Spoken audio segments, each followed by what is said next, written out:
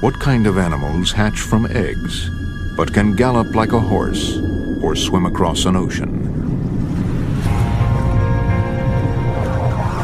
The same animals that can go a year between meals and live for a century, and who have patiently watched as the dinosaurs have come and gone. Few diseases, it seems, can touch them, and with hearts the most advanced of any animal on Earth, they hold the key to critical scientific advance. High-performance predators, they remain still masters of their domain.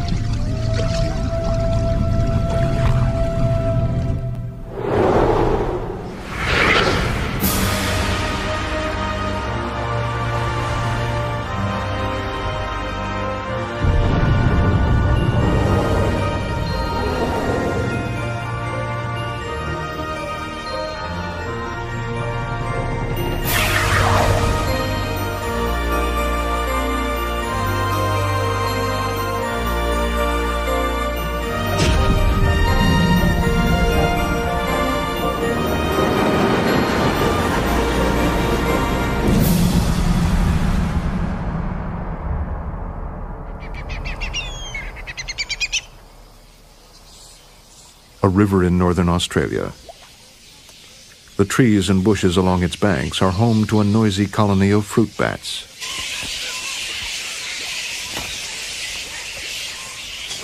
It's the wet season and the water is high.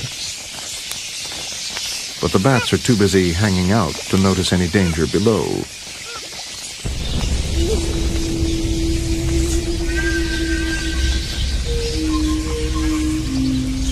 Enter nature's supreme opportunist, the saltwater crocodile. A quarter-mile downwind, the smell and the clamor have attracted its attention.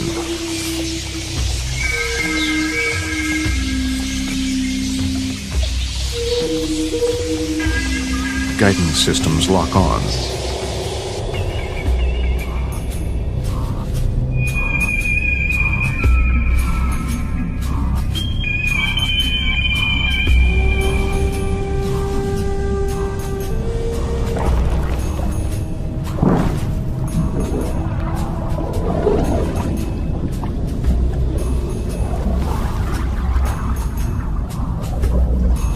Under cover of water, it can approach unseen.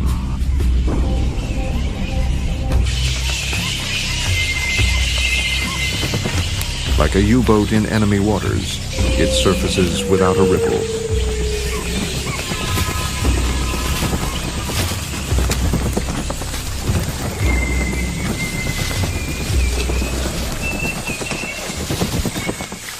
And while the bats chatter, the croc can pick off its target.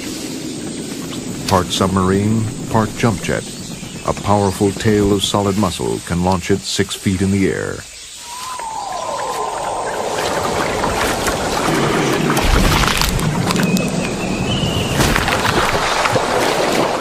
Mission accomplished.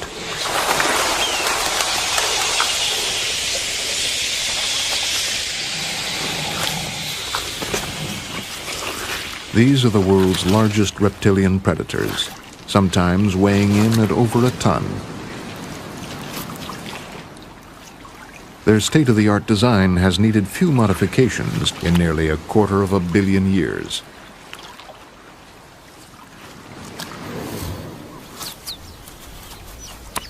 In the water, a vanishing act leaves only a highly sensitive periscope above the surface. Eyes that see by night as well as day can watch your every move.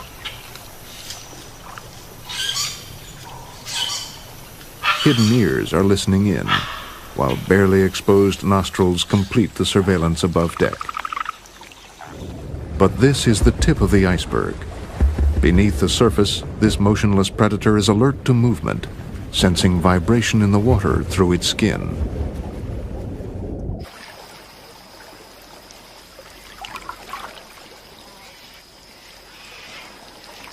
When it's time to dive, the hatches close. A flap at the back of the mouth seals the throat and air passages. Ears and nostrils go into shutdown, and a see-through membrane wipes over the eyes. Stealth hunters from the water, they have infiltrated the swamps and rivers of every warm land mass on the planet. Collectively, they are known as crocodilians, and today there are over 20 distinct species. Alligators abound in the U.S., while their close cousins, caimans, reach south as far as Argentina. The cosmopolitan crocodiles are more widely spread, from the Americas to Africa, from tropical Asia into the Pacific. Indeed, the only gator outside America is a long-lost cousin in China.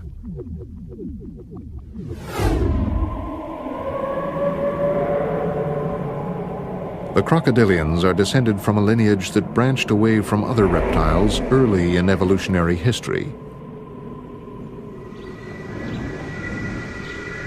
It was a lineage that spawned not only the crocodilians, but which also gave rise both to dinosaurs and to some more surprising cousins, birds.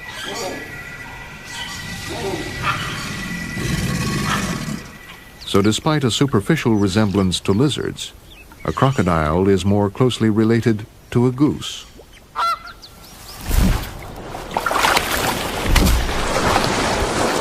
But there's nothing bird-like about a croc's feeding gear. In a life that can span 100 years, it will wear through several thousand teeth. With 60 plus to a mouth, a croc can nail just about anything.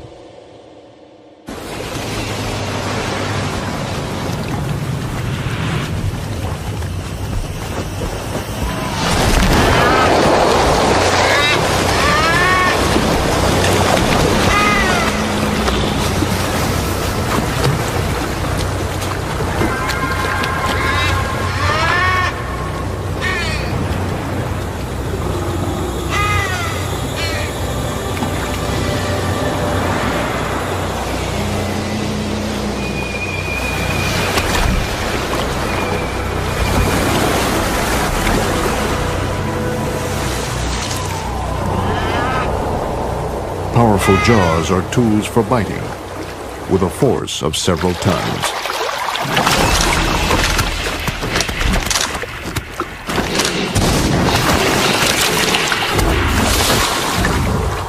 Yet with very little opening leverage, they can be held shut with a sturdy rubber band.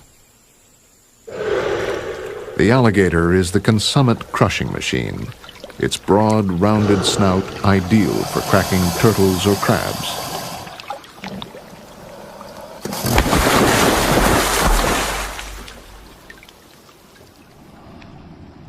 For most crocodiles, though, narrower, pointed jaws are better suited to a highly varied diet, from tiny prawns to hefty wildebeest.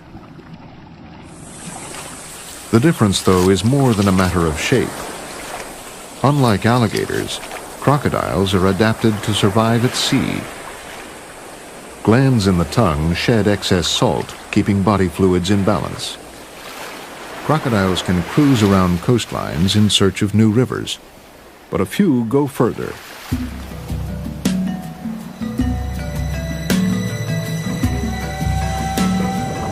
Saltwater crocodiles are truly Olympic swimmers, sometimes making epic journeys of hundreds of miles to reach remote oceanic islands.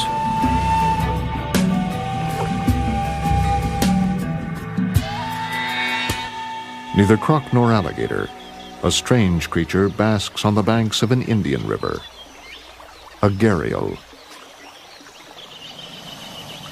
With its ugly, bulbous nose, the male can grow to nearly 20 feet. But he is harmless to humans. Rapier jaws set with needle-sharp teeth make lethal weapons for snatching slippery fish, and a gharial eats little else. 90 days under warm sand, and a gharial's eggs have hatched into a noisy family. Curiously, the sex of crocodiles depends not on their genes, but on temperature. Keep it moderate during incubation, and you'll breed daughters. For males, let's say some like it hot. But not too hot. In nests that overheat, the hatchlings are baked into grotesque shapes.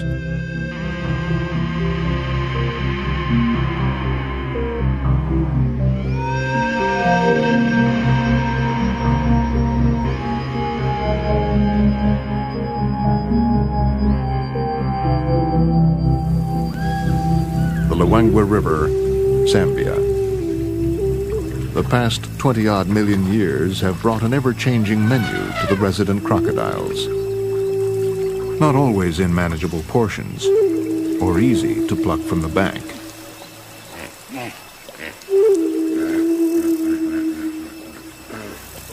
Even in the water, it can be difficult to make a meal of it. These are Nile crocodiles, and despite their name, they can be found throughout the river systems and swamps of tropical Africa.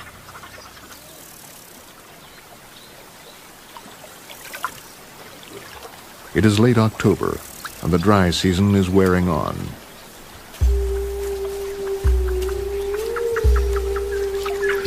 Thirsty animals have no choice but to take their chances at the water's edge.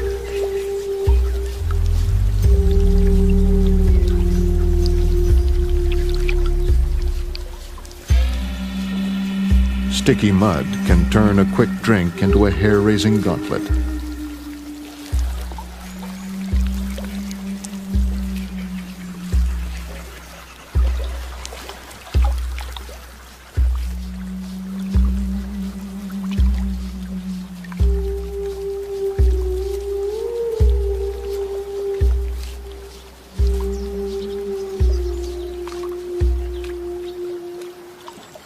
From point-blank range, it can strike at 20 miles an hour.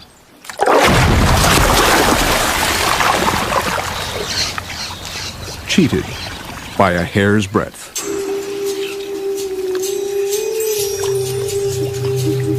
But this is a river swimming with opportunities.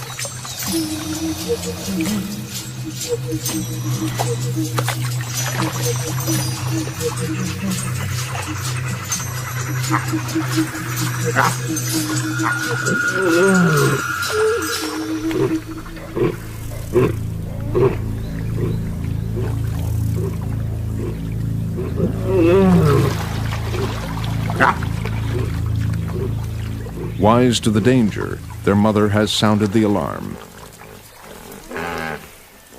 An old hippo lies dying in shallow water. He may be starving to death, but he's not the only one who's hungry.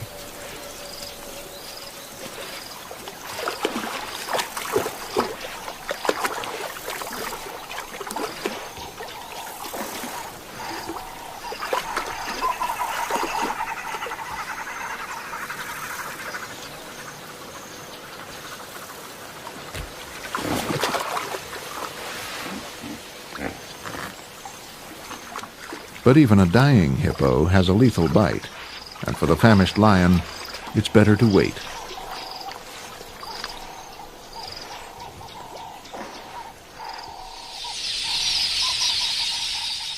As twilight descends, the heat lifts and cool breezes begin to stir.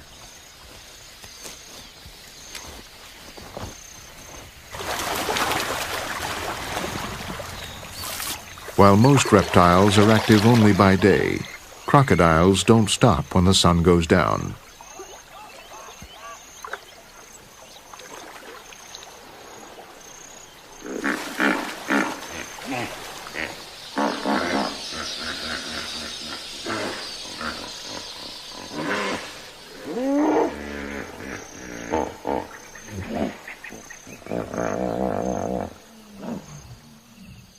The night breeze wafts a stench of rotting flesh and the promise of a feast. It's the end for the old hippo, and hungry animals gather on the banks.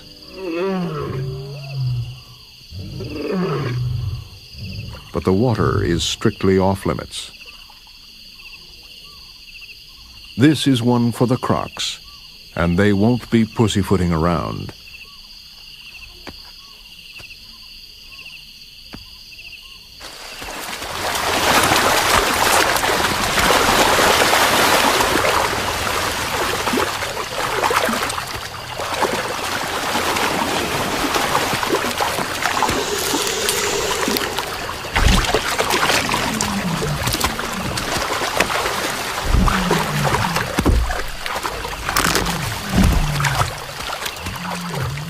Perhaps it looks greedy, but a crocodile eats in surprisingly dainty portions. Its stomach is not much bigger than a human head.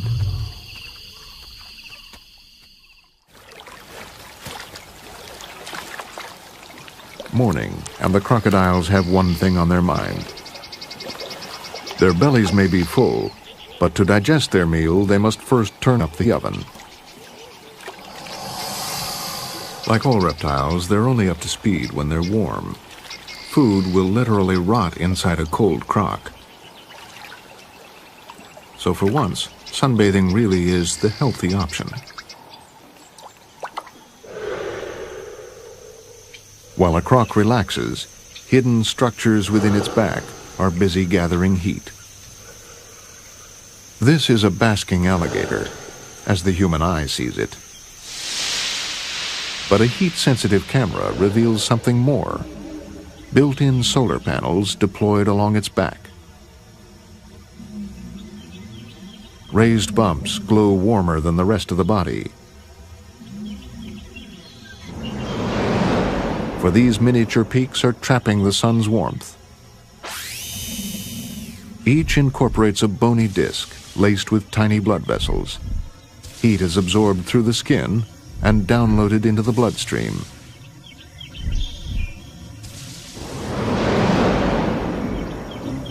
Maximum comfort for most crocodilians is somewhere around 89 degrees Fahrenheit. Much hotter, and they simply move to shade or water.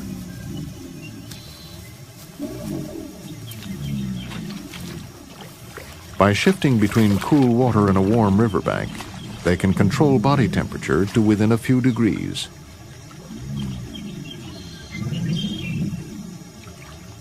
It's old-fashioned to call them cold-blooded. Crocodilians, we now know, are adept at keeping warm. And their efficient use of solar power hands them a winning advantage over other animals. Rain or shine, birds and mammals warm their bodies from the inside by burning fuel. It's a passport to cold climates, yet they must work busily to keep the furnaces stoked. Pound for pound, a bird uses over 20 times more energy than a croc and guzzles up to 50 times more food. To a basking gator, a bird's life must seem one long feeding frenzy. By drawing free heat from the sun, the gator's food needs are slashed. Large crocs can even cruise on their fat stores for a year. These guys were eco-friendly long before it was fashionable.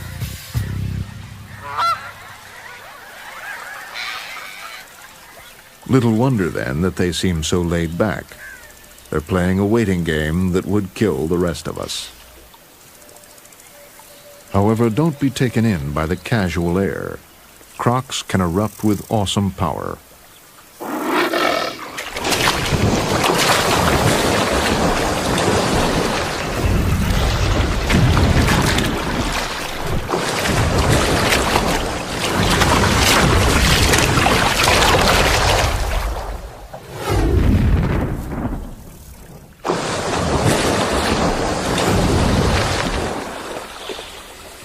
On land, they can also plod for miles, seeking water if their home creek dries up.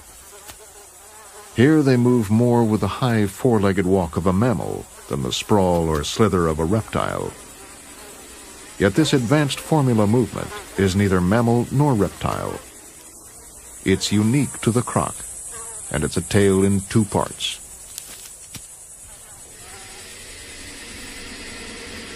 A croc's armored skin makes a rugged flak jacket, but it also plays a surprising structural role. When we started to dissect this animal, we found that removing this segment of skin was really difficult because all the muscles running down the back are attached directly to the underside of the armor. And you can see that better from underneath on this segment. Each segment of muscle runs in a different direction. And what this means is that when they contract, they brace the armor against the backbone.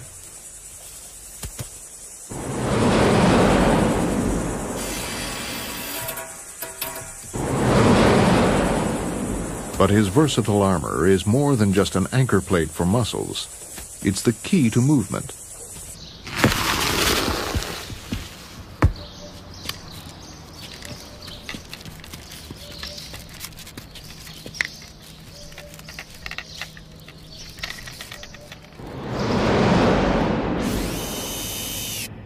Gravity pulls us all down.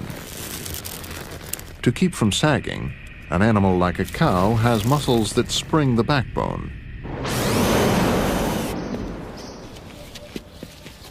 In crocodiles, though, the muscles operate differently. If muscles bulge, they expand, but in the case of crocodilians, they are contained in a sort of tube, which is formed by armor and the backbone. And this system can be compared to a hose running alongside the body, which is filled with water. And like a hose which is turned on, the whole body is stiffened by the inner pressure of the bulging muscles.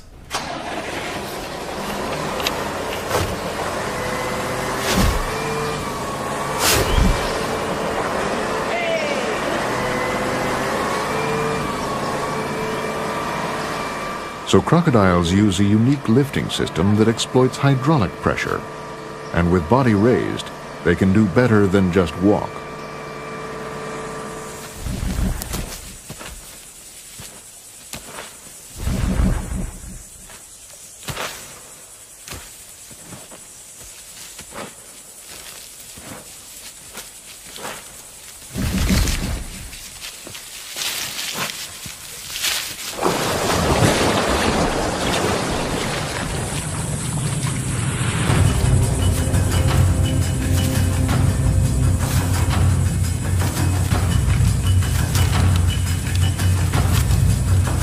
Wild tales aside, no crocodile living today will run you down for dinner.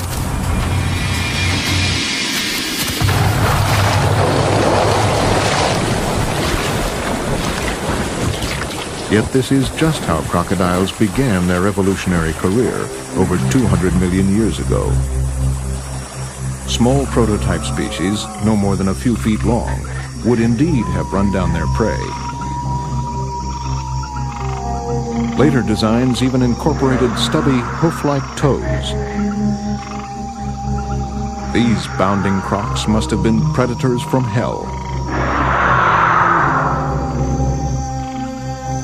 Yet it was the long jaws and low profile of the sit-and-wait hunter lurking at the water's edge that proved the winning design. It's a formula that has been used by many different forms. Like this colossal Purosaurus, a 35-foot caiman with a bucket-sized nostril on its snout. But imagine the ultimate, a crocodile the size of Tyrannosaurus Rex. This was a Terminator with box office dimensions, a dinosaur killer. From the tidal swamps of Mississippi, Deinosuchus was 7 tons of pure predator.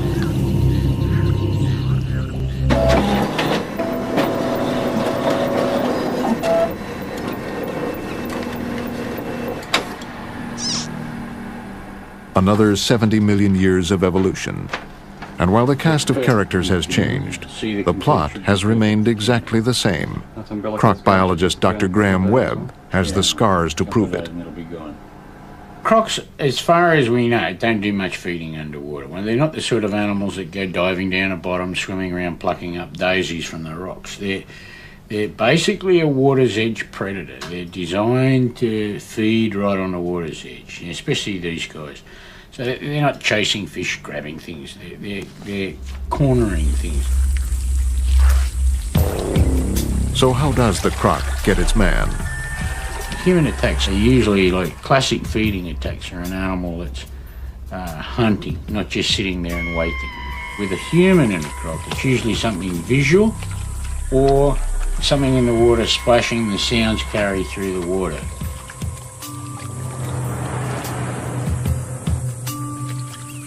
One of the first steps of the croc will be, when they hear something like that, is to orient it. They'll just turn their head like this and just turn it around and face it at where that person is, usually on the edge or something. They might be 50, 100 metres away. No problem. With eyes angled forwards, The croc has an overlapping view of its target that enables it to calculate an accurate range.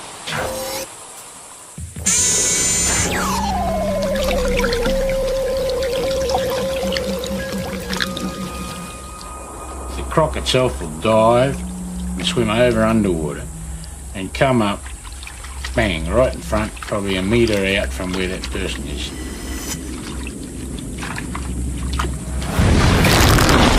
I've had it happen to me. I tell you, it's quite frightening, you know, because all you see is this great yellow mouth with all these teeth. A big thing like this opens its mouth like this and it's coming at you, you know, and you're sitting up here facing it. Yeah, it's a pretty sobering experience, you know.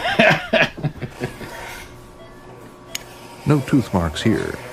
This is a heart bypass operation, and for many it's high-risk surgery, a last resort. But some so-called primitive animals are about to help us. If only we could learn a little more about their amazing hearts.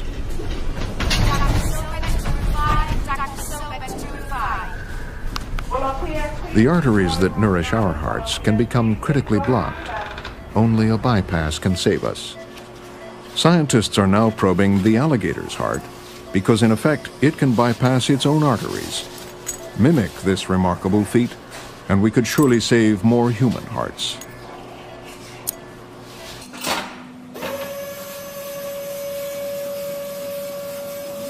The crocodilians, in fact, appear to have the world's most advanced hearts. They've been a zoological mystery for over a century, but now, at last, we're beginning to discover their amazing secrets.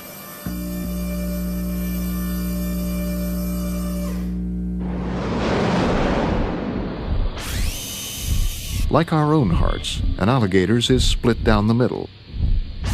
One side pumps blood to the lungs where it picks up fresh oxygen. The other side receives the oxygenated blood and sends it round the body. So far, so good.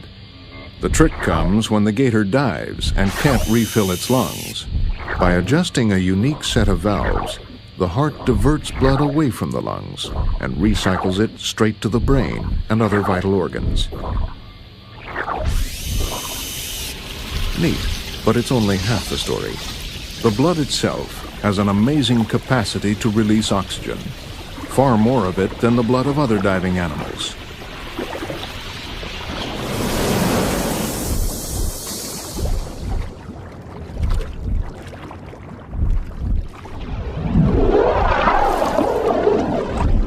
Underwater, the gator can also phase out blood supply to its muscles. Wind down its heart to 1 or 2 beats a minute, and simply wait. In standby mode, it could lurk here for a couple of hours. But seconds after it draws breath, the heart is back to speed, restoring normal service to the lungs and muscles.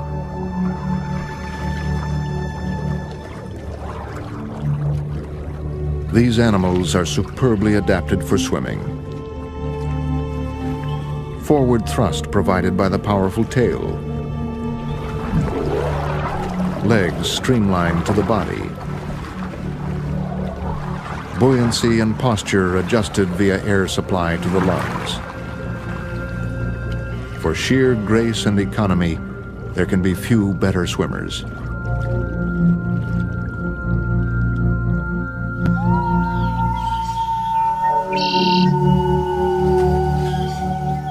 From the tales of early European explorers, it seems Florida's swamps once shook with the sounds of giant reptiles.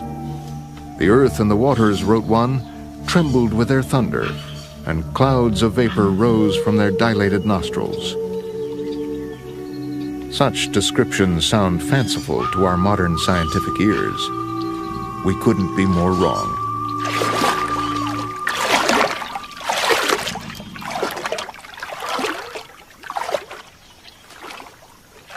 Most reptiles don't produce much sound. Obviously, we all know snakes hiss, but crocodilians have the most complex vocal behaviors of any reptile group. And alligators are really about the most vocal of all the crocodilians. Even from within the egg, young animals will chirp, but as adults, these animals are really vocal. In the spring months, during the courtship season, alligators produce these deep, roaring vocalizations, and the bellowing of one individual stimulates others to bellow. It's a contagious behavior.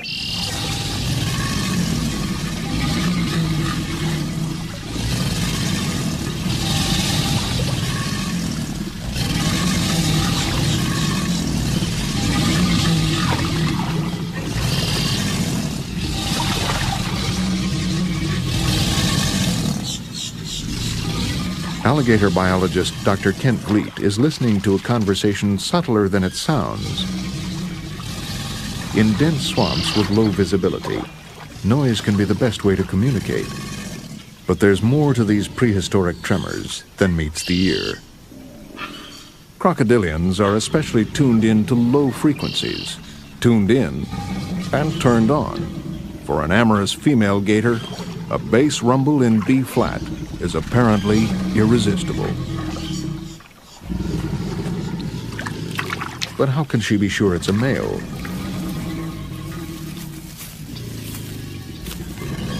Every mating game has its codes of conduct, and cracking them requires some sophisticated eavesdropping. As we began to study the behavior of these animals in more detail, we saw this visual display immediately before the audible bellow, which we refer to as a water dance.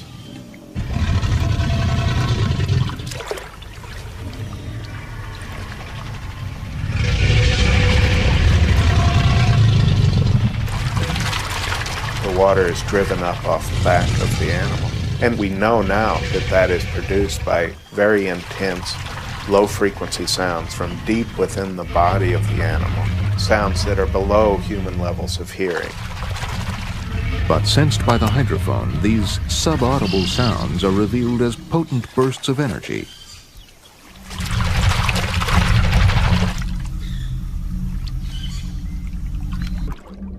It's a signal produced only by the male, and it has a powerful effect.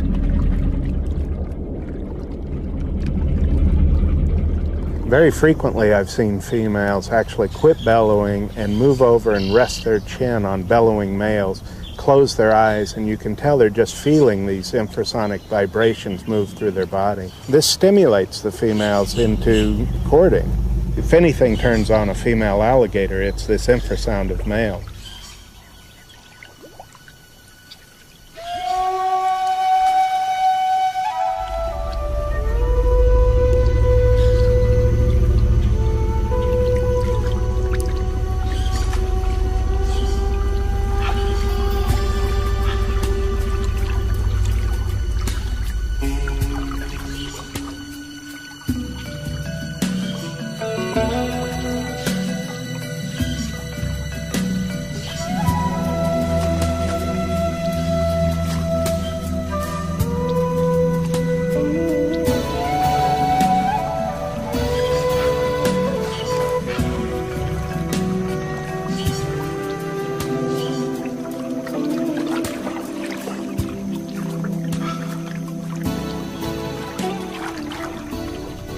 During courtship, when they're very close to one another, alligators produce a really charming little soft flutter, almost like a cat purring.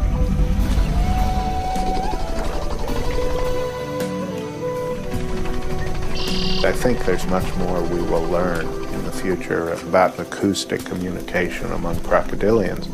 They seem to be using a wide repertoire of sounds. There's a complexity of vocal communication that we still don't understand.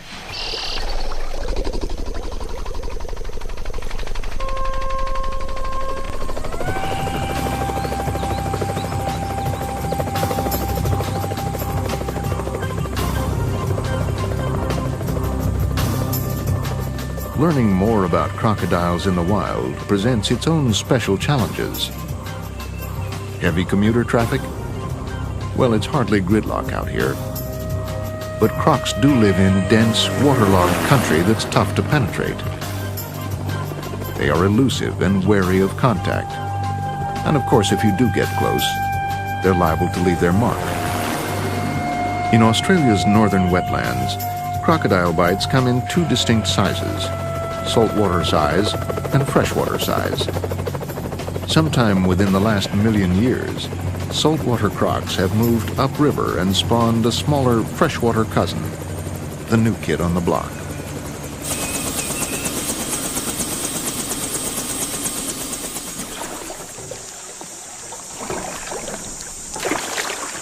Dry season and the freshies have crowded into small pools of remaining water.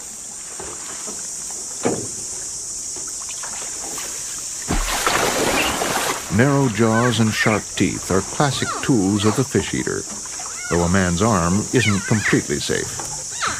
But compare him with a saltwater croc, and he's a mere baby, tipping the scales at only 1/10 the weight. 15.1. Crocs can't really chew their food. They give it an acid bath instead. With digestive juices of concentrated hydrochloric acid, you'll be lucky to find any leftovers. See all that's in his stones. To break it down, food is also put through the mill. Pebbles are deliberately swallowed and kept in the stomach, making efficient do-it-yourself grinders.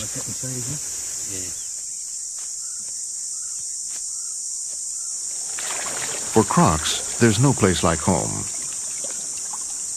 Released with a radio transmitter 20 miles from its usual hangout, this freshie will soon find its way back.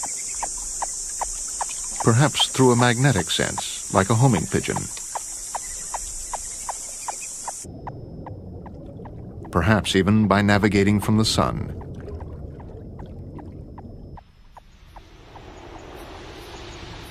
Surviving its first year is a crocodile's toughest hurdle.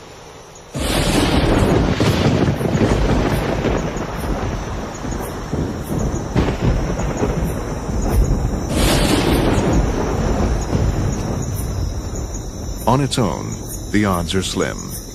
But most crocodile mothers are remarkably diligent parents and help to give their young a fighting chance.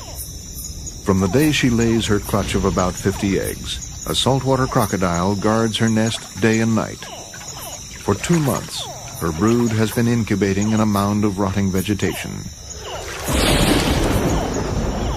And now the call of tiny crocodiles fills the air.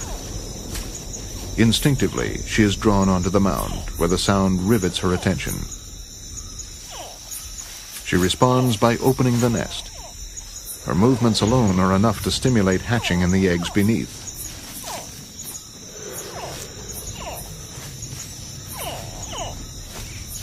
And the calls of the young themselves will encourage others to emerge, triggering a mass breakout.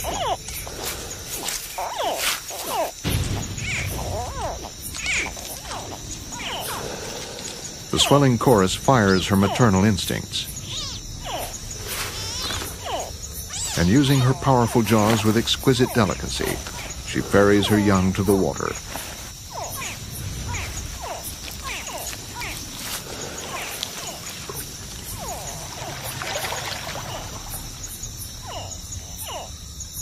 Here, the gang will stick together, forming a creche under Mother's watchful eye.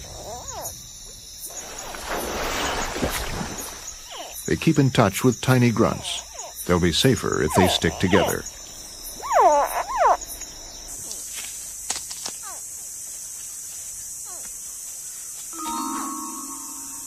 Undefended nests and young, though, are sitting targets.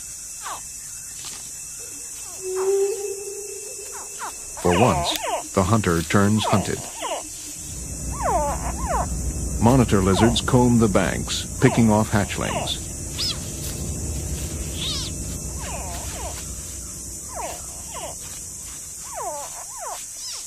They can wipe out whole colonies of nests in no time. To survive, the hatchlings must find cover quickly. But where is safe?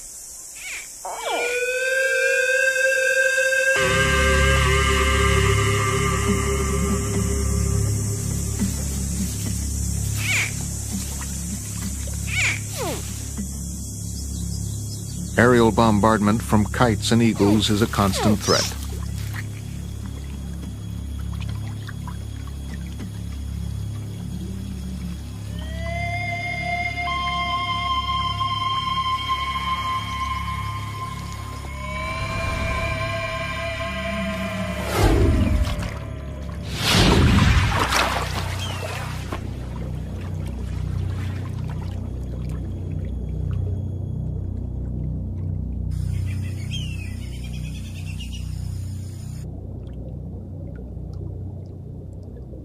A narrow escape.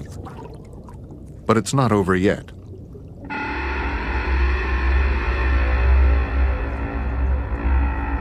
To a hatchling, a barramundi is like a great white shark.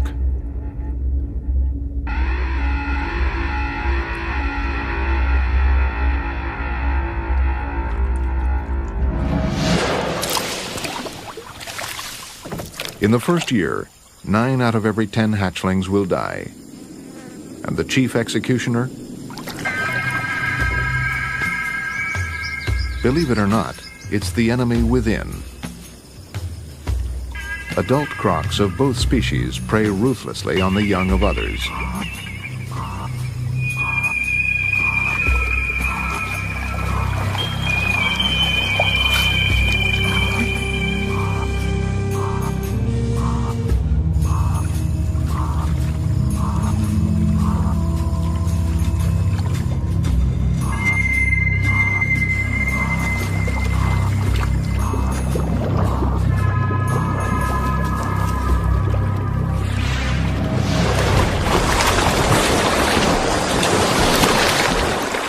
When the numbers are finally crunched, the survival rate is less than 1%.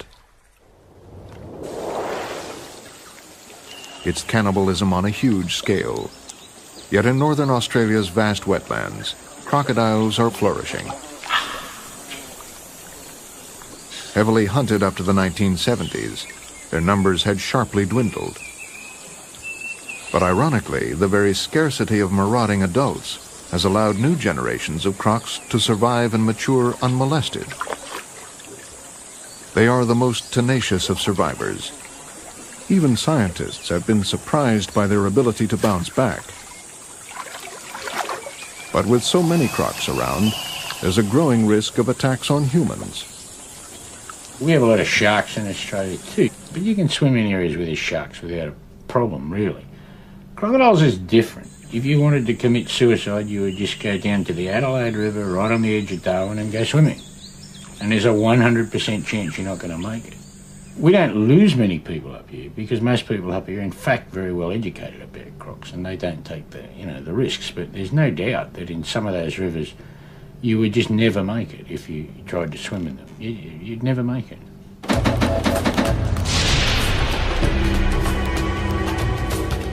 When people don't make it, they make big news, and they fuel our deepest nightmares. Of course, it's only dummies who linger at the water's edge. But can we help but wonder?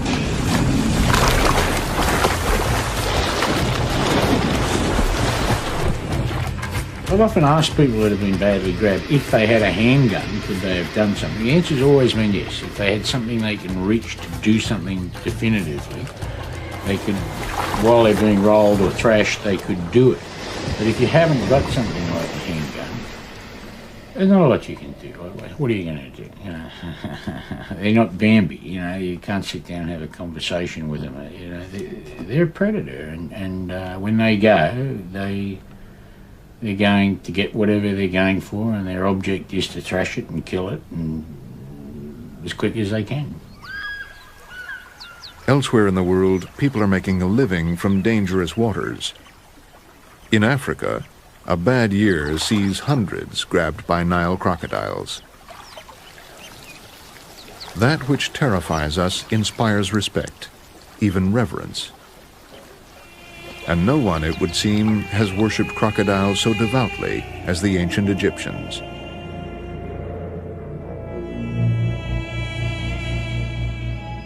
They bowed down before their crocodile god, Sobek, and they nurtured crocodiles with lavish care and ritual.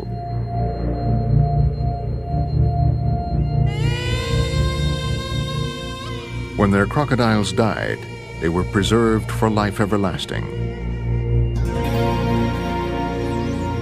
And yet, by a strange twist of fate, it is they who have brought the ancients back to life. At the turn of the century, there was an archaeological excavation in the South Fayum. They were excavating a cemetery, and the workmen, of course, hoped that in the cemetery they would find precious objects. Gold was what workmen always hoped for. When one of the sarcophagi was opened, what they found was not gold, was not even human mummies, but crocodile mummies. The workman lifted his spade with anger and brought it down on the crocodile. And what was inside? Ancient paper had been used to stuff and to form the casing of this crocodile. And from putting it together again and reading it, we're able to rewrite the history of this period. And for historian Dr. Dorothy Thompson, these hidden archives have brought one aspect of ancient Egypt in particular vividly into focus. In later times, when the Romans ruled the country, they made quite a business of showing the crocodiles to visitors. They were dressed up on special feast days with jewels and with all kinds of adornments, and they might be fed cakes, cookies, a special drink of wine and honey. And we hear about the priests actually opening the jaws of the crocodile to force the food down. So I think sometimes the crocodiles must have been overfed by the rather enthusiastic tourists. Another 2,000 years of human culture, and crocodiles are as popular as ever. It's dinner time for the gators, and there are still plenty of devotees.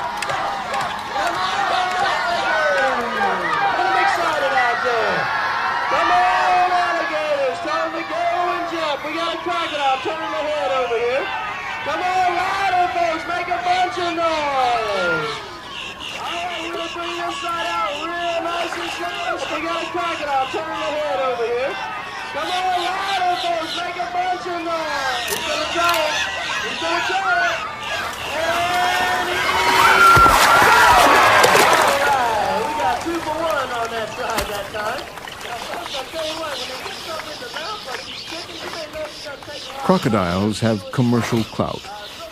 The ancients knew this over 2,000 years ago, and today it's their economic value that's at the heart of conservation programs aimed at putting them back on the map. Hunting them for their skins may once have driven them close to extinction, but alligators and many crocodiles are now thriving again, thanks to a leather industry worth millions of dollars. Oddly, perhaps, buying a legally produced handbag made from crocodile hide is one of the best ways to ensure that these amazing animals continue, if not to endear, then at least to endure.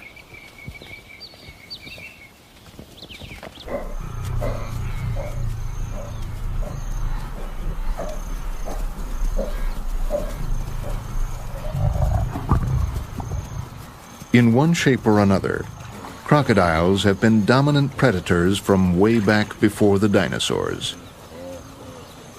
What is the key to such an unbroken supremacy? When they're in the water, they can breathe, they can smell, they can see, and they can hear. So when they come up to the water's edge, most things think, well, what's this little, rock pad or something that's in the water? They've got no way of assessing the size of the animal that then comes launching out.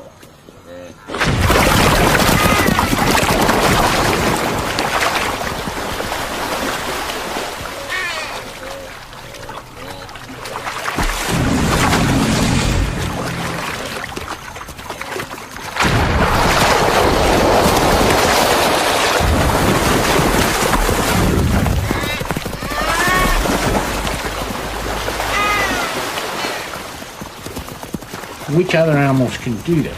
Not very many. See, not many animals actually show 1/100th of themselves and then suddenly pounce on their prey with their full size. And that's what these animals do, and that's, I think, why they've been so successful. This design has been so successful for, a couple 100 million years.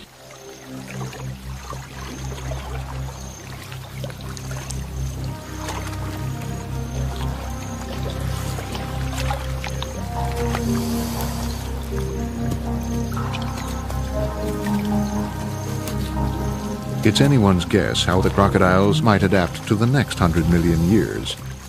But one thing's for sure, these animals are not the disappearing kind. And for the foreseeable future, there are no serious contenders for the croc's heavyweight title, King of the Swamp.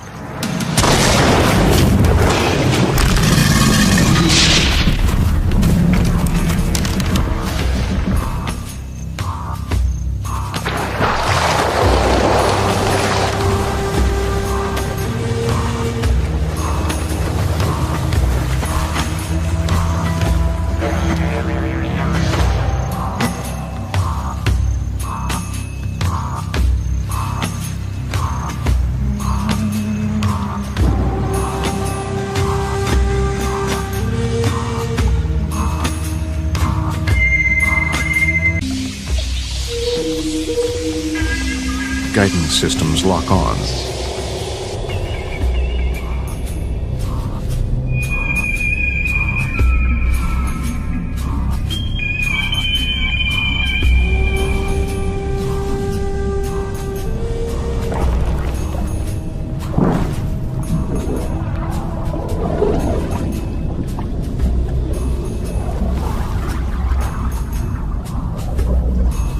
Under cover of water, it can approach unseen.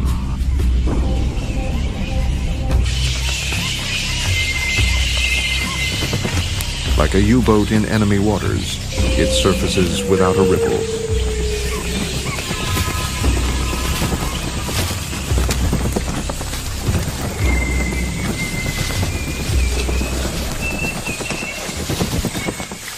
And while the bats chatter, the croc can pick off its target. Part submarine, part jump jet, a powerful tail of solid muscle can launch it 6 feet in the air.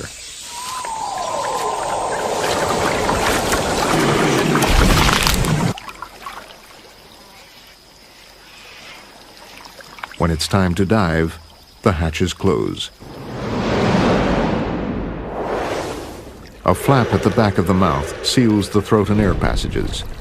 Ears and nostrils go into shutdown, and a see-through membrane wipes over the eyes.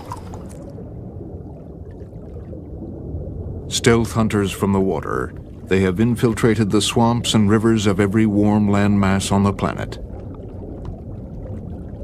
Collectively, they are known as crocodilians, and today there are over 20 distinct species. Alligators abound in the U.S., while their close cousins, caimans, reach south as far as Argentina. The cosmopolitan crocodiles are more widely spread, from the Americas to Africa, from tropical Asia into the Pacific. Indeed, the only gator outside America is a long-lost cousin in China.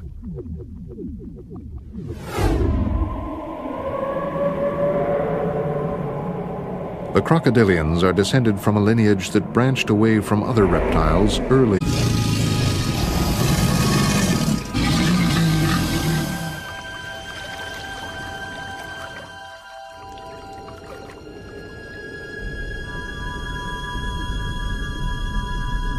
What kind of animals hatch from eggs, but can gallop like a horse or swim across an ocean? The same animals that can go a year between meals and live for a century, and who have patiently watched as the dinosaurs have come and gone. Few diseases, it seems, can touch them, and with hearts the most advanced of any animal on Earth, they hold the key to critical scientific advance. High-performance predators, they remain still masters of their domain.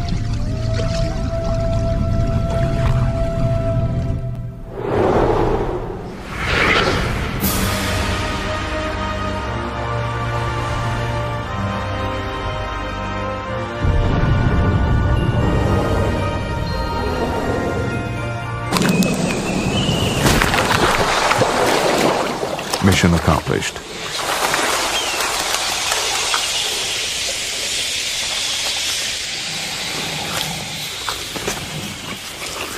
These are the world's largest reptilian predators, sometimes weighing in at over a ton. Their state-of-the-art design has needed few modifications in nearly 250 million years.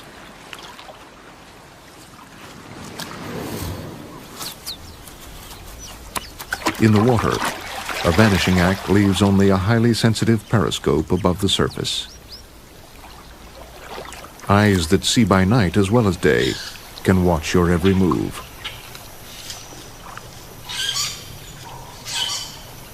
Hidden ears are listening in, while barely exposed nostrils complete the surveillance above deck. But this is the tip of the iceberg. Beneath the surface, this motionless predator is alert to movement, sensing vibration in the water through its skin.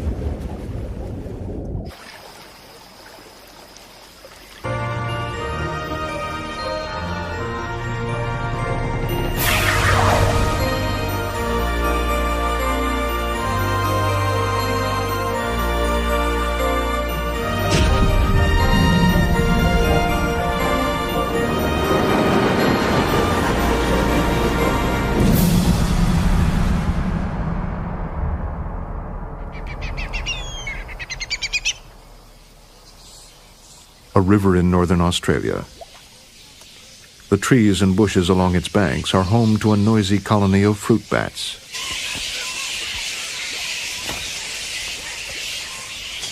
It's the wet season and the water is high. But the bats are too busy hanging out to notice any danger below.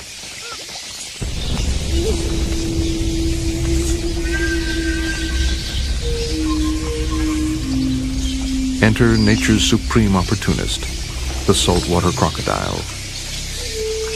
A quarter-mile downwind, the smell and the clamor have attracted its attention.